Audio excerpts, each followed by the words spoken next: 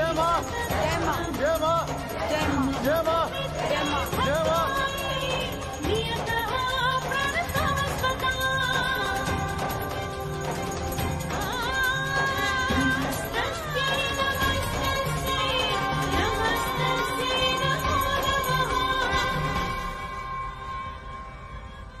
मां, इस उष्णता में भी तेरी ममता मई स्पर्श है मां।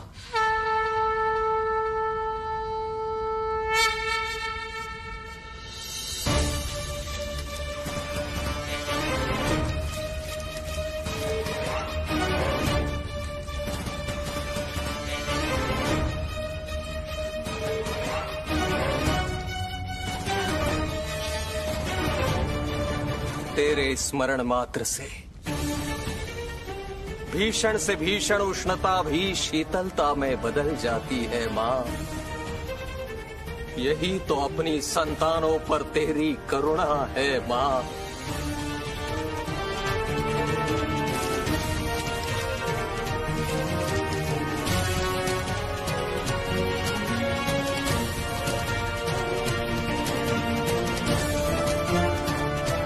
मां, तुम्हारी इच्छा से ही ये संसार है।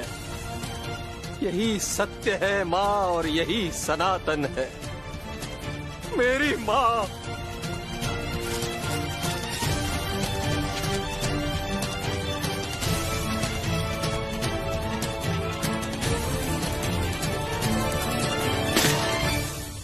अब मैं तेरे अंक में आ रहा हूं मां, मैं तेरे अंक में आ रहा हूं। मेरी पुकार सुन लो मां। मेरी पुत्री बनकर मेरे पास आ जा मां। मुझे अपना पिता बनने का सौभाग्य दो मां। अन्यथा इस अग्नि को मेरी चिता बना दो।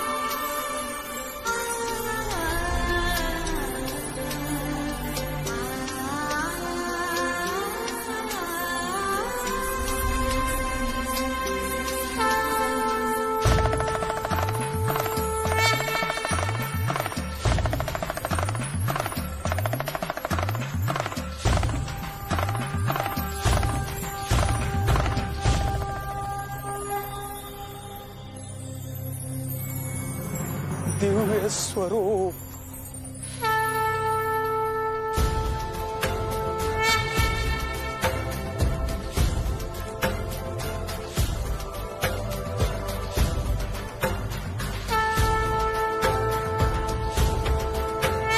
मां, अंततः आपने मेरी पुत्री बन के जन्म ले ही लिया मां।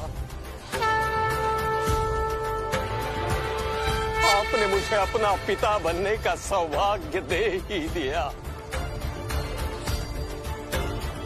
मेरी भक्ति, मेरा जीवन धन्य हो गया मां, धन्य हो गया।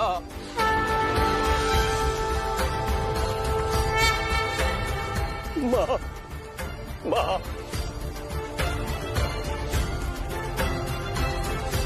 मेरी पुत्री, मेरी पुत्री।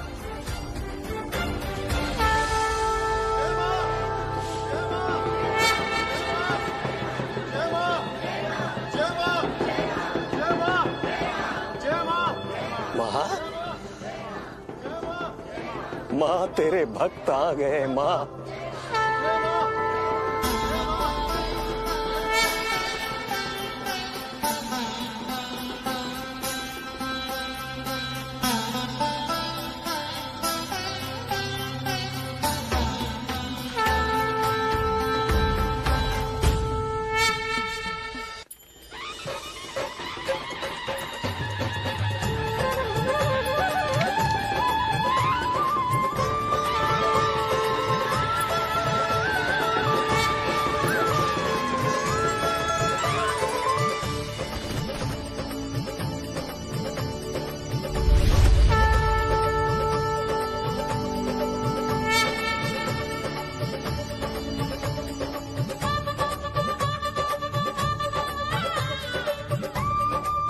बधाई हो ऋषि कात्यायन। आदि शक्ति आपके घर में पुत्री बनकर आई। जगत में आज से ही कात्यायनी के नाम से जानी जाएंगी। कात्यायनी।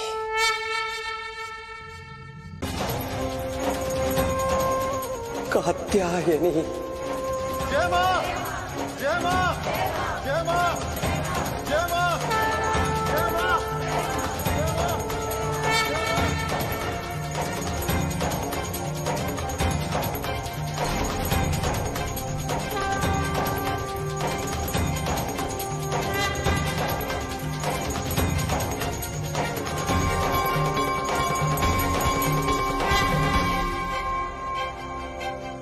आदि शक्ति आपको पहचान क्यों नहीं रही है माते? क्योंकि इनकी स्मृति तो सुषुप्त अवस्था में है ऋषि कात्यायन। और इनकी शक्तियां भी निष्क्रिय हैं।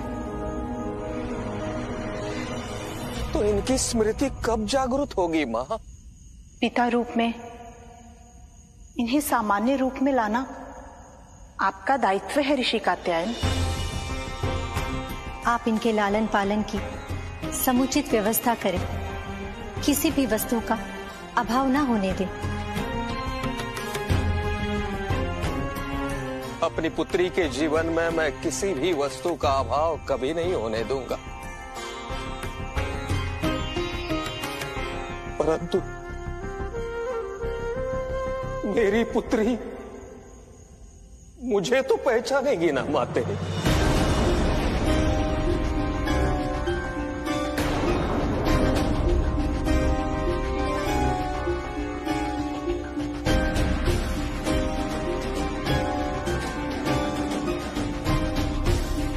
पुत्री कात्यायनी, मैं तुम्हारा पिता। पुत्री,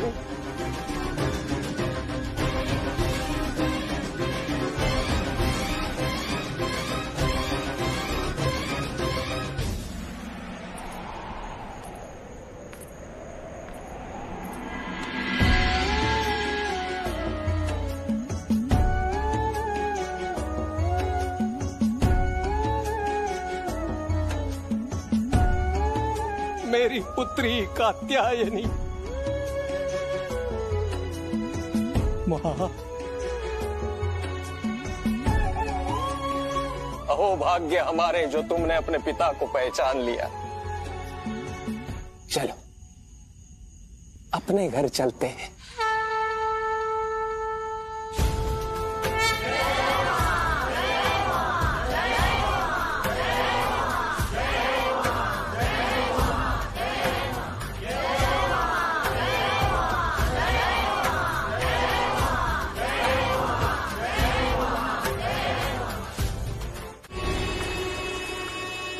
भ्राता इसी वृक्ष में बंदी है भ्रष्वासुर। हाँ, इसी वृक्ष से उसे हमें बाहर निकालना है।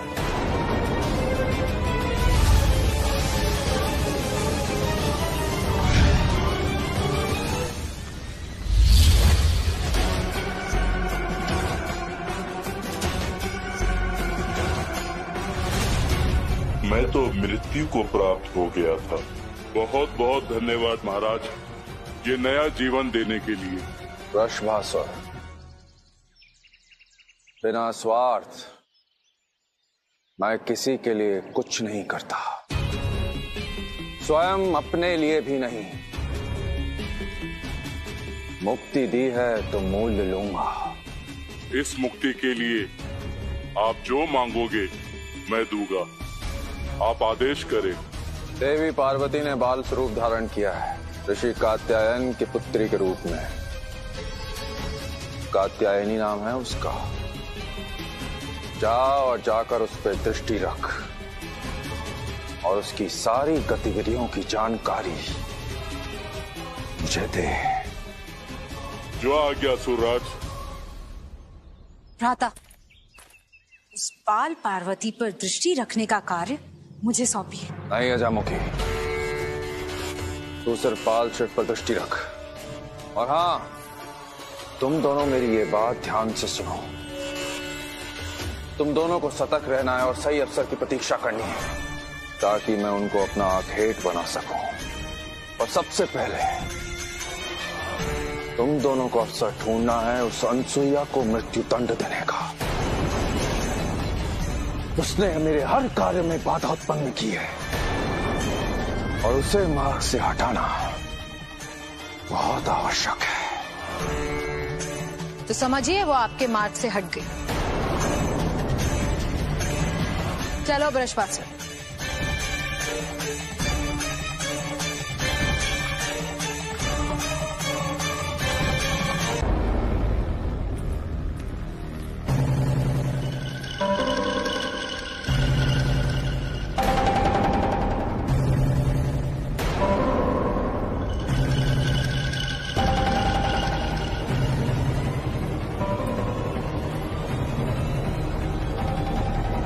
प्रणाम गुरुदेव। अब मेरे किस शत्रु का भेदिया बन के आए हैं आप?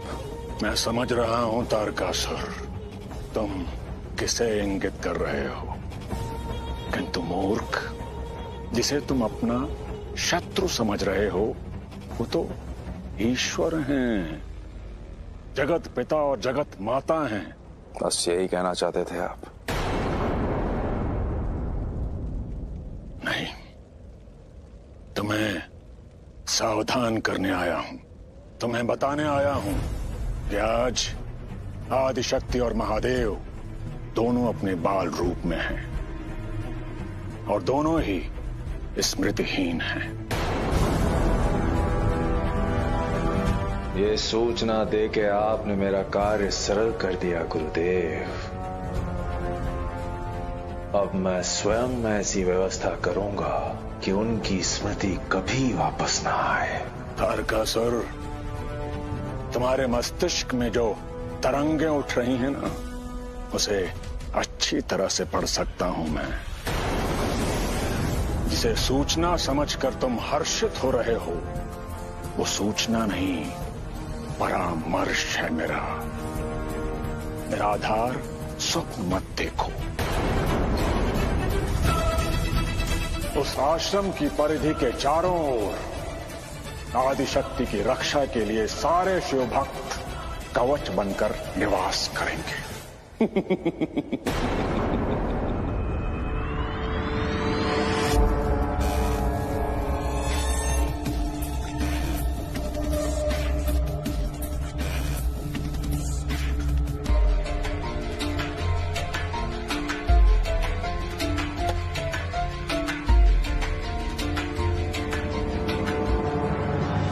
आदिशक्ति की रक्षा का तो हल बता दिया गुरुदेव आपने, पर ऋषि कात्यायन का क्या करेंगे आप? पुत्रदेव और किसी भी देवी देवता की भक्ति को महत्व नहीं देते, उनको कौन समझाएगा? उनके एकांगी विचार से उत्पन्न दुष्परिणामों से संसार को कौन बचाएगा? अच्छाई में भी बुराई ढूंढ ही निकालते हैं तुम जैसे खल। अच्छाई में बुराई नहीं निकाल रहा हूं, अच्छाई या बुराई में कैसे बदलेगी ये बता रहा हूं।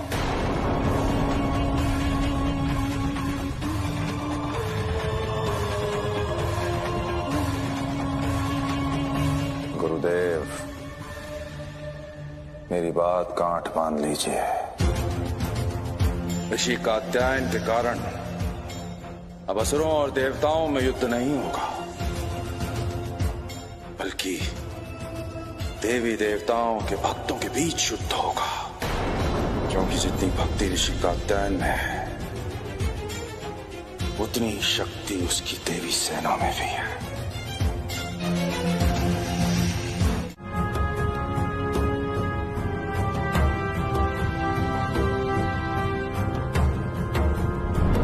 प्रणाम गुरुवर। गुरुदेव, आपने देवी सेना को पुनः अपने क्षेत्र में स्थापित करने के आदेश दिए? हाँ संदीपन। क्यों गुरुदेव? क्या किसी संकट की आशंका है? इच्छाओं का संकट है संदीपन। हमारी पुत्री की इच्छाओं का। बालमन की इच्छाएं अनियंत्रित नदी के प्रवाह के समान होती हैं संदीपन, और इस अनियंत्रित प्रवाह को नियंत्रण में रखने के लिए और तटीय क्षेत्रों को सुरक्षित रखने के लिए तटबंधों का निर्माण किया जाता है। ये देवी सेना वही तटबंध है, एक सुरक्षा चक्र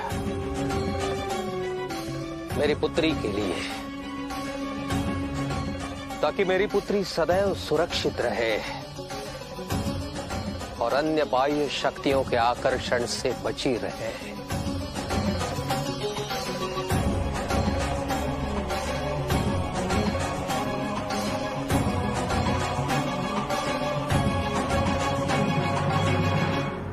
अचानक ऐसा निर्णय लेने का क्या कारण है गुरुदेव? कल रात्रि प्रहर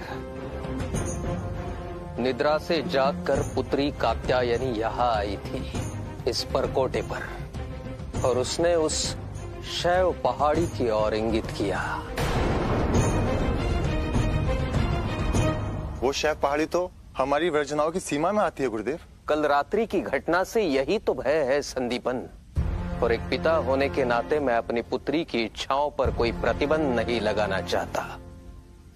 यदि पुत्री कात्यायनी कल उस शैव पहाड़ी पर जाने का हठ करती है तो हमें राक्षस क्षेत्र पार कर उस शिवलिंग तक पहुंचना होगा, और यह दोनों क्षेत्र हम देवी उपासकों के लिए वर्जित हैं। इसलिए हमने ये निश्चय किया है कि हम अपनी पुत्री को सदा देवी सेना की निगरानी में रखेंगे, उसके उस आकर्षण को खंडित करेंगे ताकि वो समय से पहले अपने पार्वती रूप से परिचित ना हो। और इसके लिए यह सुनिश्चित करना होगा कि पुत्री कात्यायनी किसी भी स्थिति में इस आश्रम की सीमाओं से बाहर ना जाए, और यह कार्य तुम करोगे संदीपन। जो आगे गुरुदेव। और हाँ, कभी भी हमारी पुत्री को ऐसा नहीं लगना चाहिए कि उस पर कोई बंधन है। उनकी स्मृति वापस आने तक हमें बहुत सजग रहना होगा।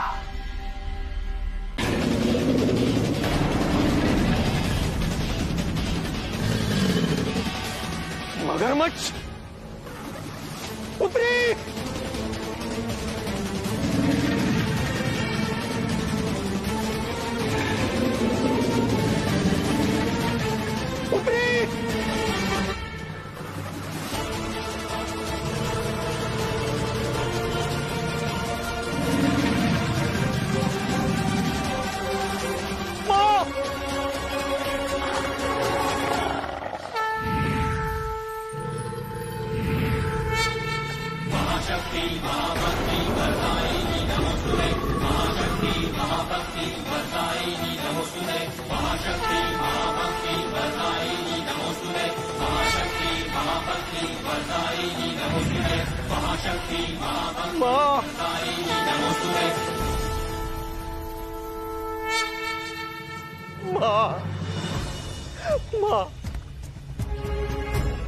माँ आप अकेले क्यों आई? माँ आप मुझसे कहती मैं लेकर आता आपको। माँ आज अगर आपको कोई क्षति पहुंचती तो कितना भयानक मगरमच्छ था। माँ बाहर संकट है। माँ आपको अकेले बाहर नहीं निकलना चाहिए। अब से आपको सुरक्षा से बाहर नहीं आना है। चलो माँ अब घर चलते हैं।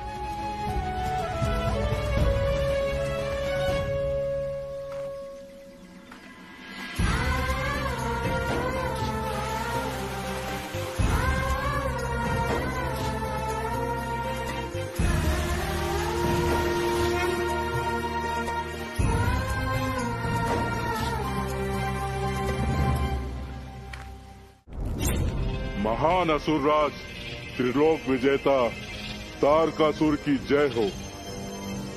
आओ रश्भासुर, क्या समाचार है? असुरराज, कल ऋषि कात्यायन की पुत्री कात्यायनी पहाड़ी पर जाने वाली है। वो मार्ग तो राक्षस क्षेत्र से होके निकलता है। जी असुरराज। स्वर्णिम भी है और सुअवसर भी। ये अवसर हाथ से निकलना नहीं चाहिए वृषभासुर, किसी भी मूल्य पे नहीं। कल संसार के लिए भुवन भास्कर उदय होंगे क्षितिज में, किंतु स्मृति और शक्तिहीन कात्यायनी के लिए संकट का सूर्योदय होगा।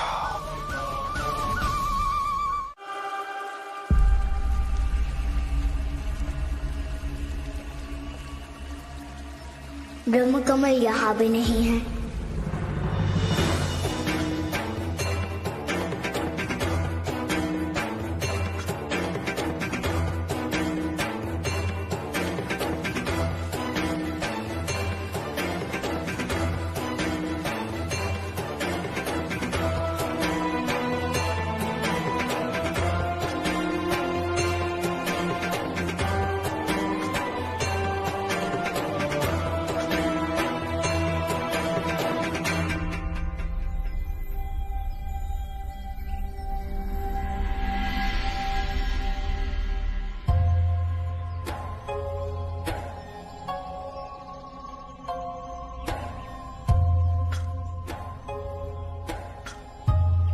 क्या हुआ मोर, तुम बैठ क्यों गए? ब्रह्म कमल को ढूंढते ढूंढते थक गया मित्र, पर मिला नहीं। परंतु उसे ढूंढना तो होगा ना मोर। नहीं तो माँ की पूजा कैसे सफल होगी? यह भी तुम सही कह रहे हो। हमारे कारण यदि माता की पूजा पूर्ण नहीं हुई तो यह भी अनुचित है। इसीलिए बैठो मत, आओ चलो ढूंढते हैं। मित्र, तुम अपने ध्यान के माध्यम से उसे ढूंढ सकते हो। जब निश्चित स्थान का पता चल जाएगा तब हम जाकर वहाँ से ले लेंगे। जब बिना श्रम के उस पुष्प के स्थान के विषय में जाना जा सकता है तब व्यर्थ क्यों भटकना। लगाओ ध्यान और देखो कि वो दुर्लभ पुष्प कहाँ है। तुमने सत्य कहा मोर, मैं भी पता लगाता हूँ।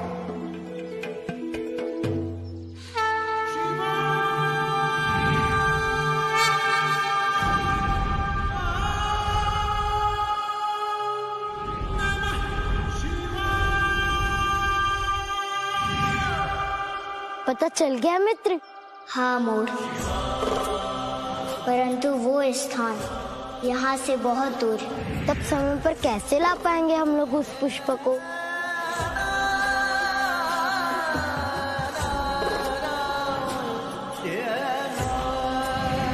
मेरा मित्र त्रिशूल मेरे कार्य में मेरी सहायता करेगा।